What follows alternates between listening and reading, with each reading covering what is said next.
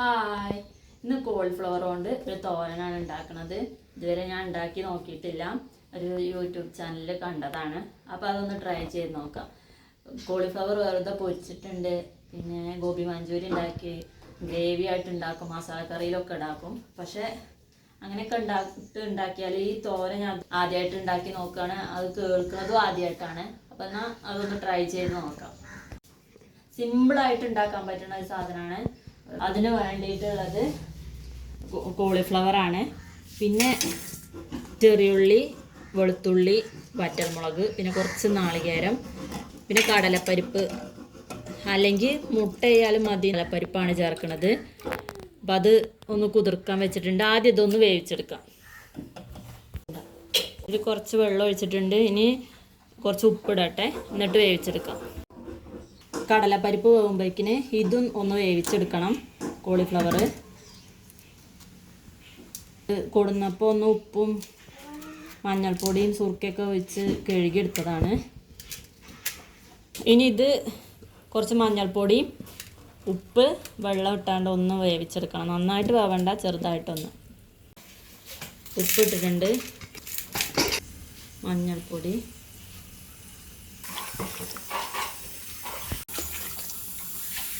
ഇത് അടുപ്പത്ത് വെച്ചിട്ടുണ്ട്.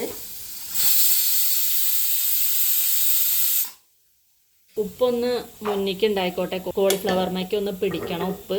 അപ്പോൾ കുറച്ച് മുന്നിക്ക് നിന്നോട്ടെ ഉപ്പ്. അപ്പോൾ ഇതായിട്ടുണ്ട്. നല്ല വെന്ത് ഇതാവണ്ട. ഇത് ചെറുതായിട്ട് അരിയുക, അല്ലെങ്കിൽ പിന്നെ മിക്സിയിലിട്ട് പൊടിക്കുകയാണ് വേണ്ടത്. അപ്പോൾ മിക്സിയിലിട്ട് പൊടിക്കുമ്പോൾ അധികം വെന്താണ് അരയും. അപ്പോൾ ഇത്ര മതി. വെന്തണ്ണു ഇത്. അപ്പോൾ അത് വാങ്ങാം.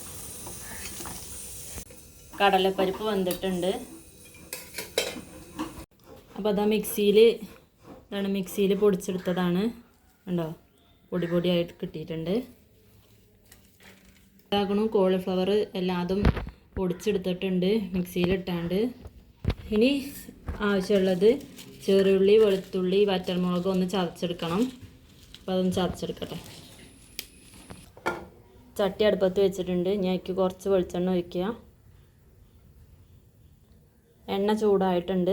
അതിലേക്ക് ചെറിയുള്ളി, വെളുത്തുള്ളി, വറ്റൽമുളക് ചതച്ചത് ഇട്ട് കൊടുക്കുകയാണ്.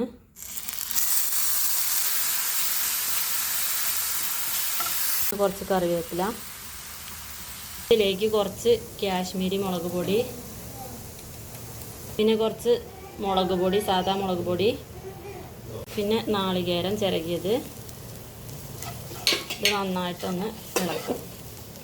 ഈ മസാലയ്ക്കൊക്കെ ഉള്ള കുറച്ച് ഉപ്പിടുന്നുണ്ട്.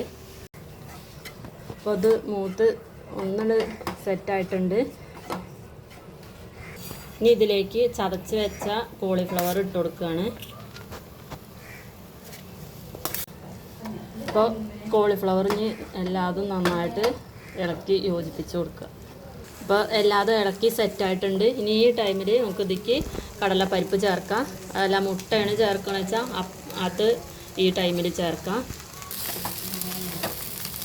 അപ്പോൾ ഇതാ കോളിഫ്ലവറിൻ്റെ തോരൻ ഇവിടെ റെഡി ആയിട്ടുണ്ട്.